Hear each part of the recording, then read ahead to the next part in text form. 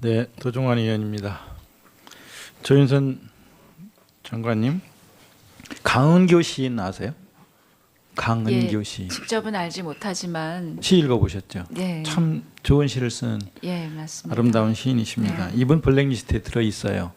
사유를 보니까 노무현 전 대통령 추모 문화재 신앙송이에요.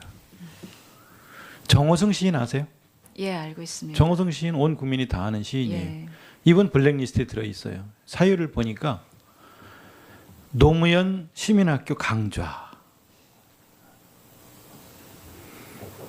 또 박영택이라는 분이 계시는데 이분 여기 문화부 자료에 보니까 경향 미디어 오늘 등 필진 활동, 박정희 시대 비판, 이게 사유예요. 어떤 사람은 남편 한겨레 활동이 사유인 사람도 있어요. 하도 많이 이렇게 하니까 이 문화부 문건에 이런 얘기가 있어요. 특이사항, 이 특이사항이 블랙리스트예요.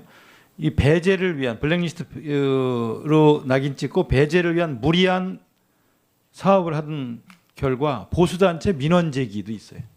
아까 우리 정 의원님 말씀하신 거와 연관이 되는 거예요. 너무 대책 없이 이런 일을 너무 광범위하게 했어요. 여기 이 문화부 문건에 뭐 어느 분야를 이렇게 배제하고 불이익을 줬나, 각종 분야 문화예술 그 심의, 재정 불이익 이런 거 말고도 전통예술 해외 진출, 미술품 해외 시장 개척 지원, 원로예술인 공연 지원 이런 거 다 들여다보고 해당되면 배제하는 거예요. 문화훈장도 마찬가지고요. 장애인 문화예술 대상 이런 것도 배제의 대상에 들어갔어요. 공연예술센터 대관, 아르코 주목할 만한 작가상, 국어심의위원회 위원, 생활체육 대축전 정부 포상, 세계 태권도 선수권대회 조직위원, 패럴림픽 감독단 이런 데서 다 배제하는 거예요. 이렇게 운영했어요. 이 문화체육 분야를.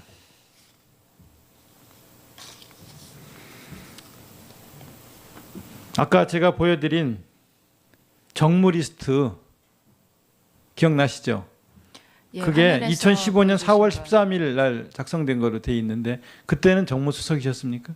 예, 정무수석이었습니다. 공무원연금으로 한참 제가 2015년 5월 했었습니다. 며칠까지 정무수석으로 근무하셨어요? 사표는 5월 3일 날 냈는데 10 중순까지네요. 예, 그때 수리됐습니다. 자, 이제 묻겠습니다. 블랙리스트는 실제로 존재했죠? 예, 지금 그 뭐 수사 결과도 밝혀지고 있고 존재했죠? 의원님 말씀하신 대로 있었습니다.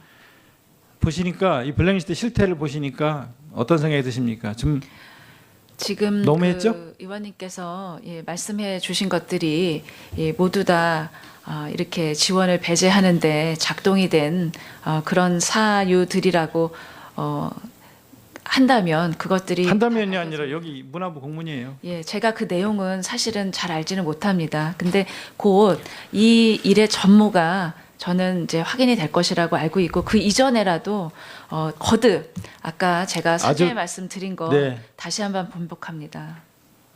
치밀하고 아주 세심하게 세밀하게 관리가 되었어요. 아까 말씀드린 대로 특정 단체에 대한 사전 검열이라고 의심할까 봐서, 또 불이익을 준다고 의심할까 봐서 실천문학이나 문학동네 같은 그런 잡지들은 슬쩍 또 양해란 이름으로 지원을 해요. 그거를 이제 또 문화부 직원들이 갖다 주고 지난번 국정감사 때 리스트에 들어있지만 이렇게 지원받은 사례가 많습니다 막 이렇게 해서 또 호들갑을 떨었던 거예요. 그걸로 감춰지는 게 아니에요. 김상욱 과장, 김상욱 국장, 이정호 과장, 오진숙 사무관 이런 사람들은 누구 지시로 블랙리스트 관련된 일을 했습니까? 지시한 사람이 누굽니까? 의원님, 저는 그 사실에 대해서는 알지 못합니다. 특검에서 모두 다 조사를 했을 것으로 알고 있습니다. 그러니까 일한 사람, 집행한 사람이 있는데 지시 내린 사람은 없어요.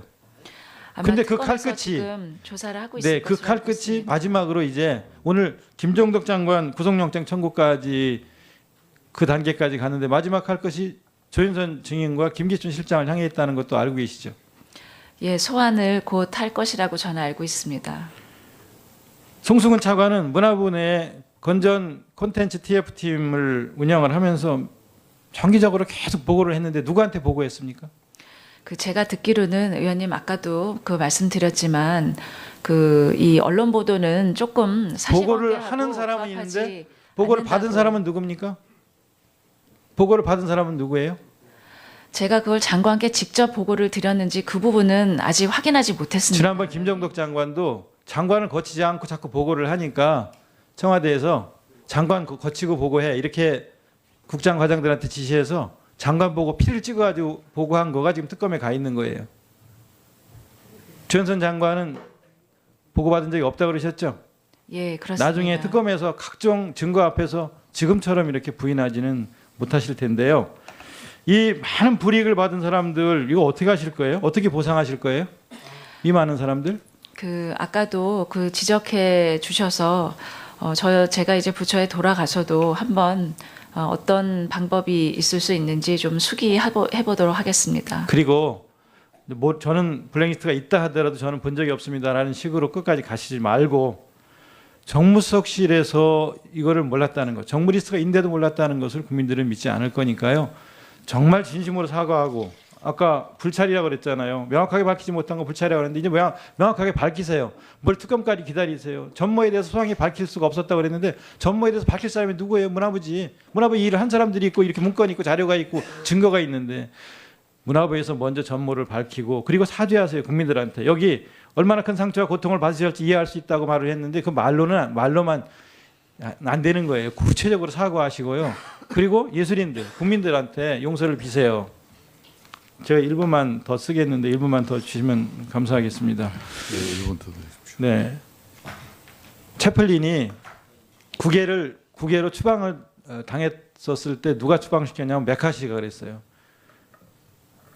메카시가 저 사람 공산주의자라고 그랬어요. 자본주의 비판한 영화 만들었잖아요. 모던 타임즈라든가 위대한 독재자라든가 이런 거 만들었어요. 그래서 공산주의자로 몰아가지고서 추방했는데 미국에서 가장 부끄러워한 정치인이 메카시예요. 결국 채플린 돌아오지도 못하고 죽었어요. 그런 관계 시대가 김기춘 실장을 비롯한 사람들에 의해서 재현됐던 거예요. 이게 뭡니까 이게? 만약 이런 식으로 이분법으로 국민들을 나누고 편가르고 그래서 불이익을 주고 이런 게 되풀이된다면 우린 야만의 시대로 돌아가는 거예요. 문화 공안 통치 시대를 살았던 거예요. 책임져야 돼요, 이 정권은. 피카소 사회주의자예요. 그럼 피카소 그림을 교과서에서 뺍니까? 사르트르 책 읽지 말고 스코니어링 책 읽지 말아야 됩니까? 그런 야만의 시대를 또 살아야 됩니까? 마지막 예, 거듭 이 문제로 인해서 많은 예술인들과 국민 여러분들께 상처와 고통을 드려서 정말 죄송하게 생각합니다. 이번 이 문제가 제기된 계기로 인해서 예술도 정치로부터 독립하고 이제부터는 예술이 그 예술 자체가 아닌 그 위에 어떤 것에 의해서도 이렇게 불공정하게 배제를 받거나 편을 가르거나 양분되는 일이 없도록 이번 일을 교훈 삼아 절대 앞으로는 그런 일이 없도록 다지겠습니다. 예, 김한정 의원님, 도정환 의원님 진심으로 수고 많이 하셨습니다.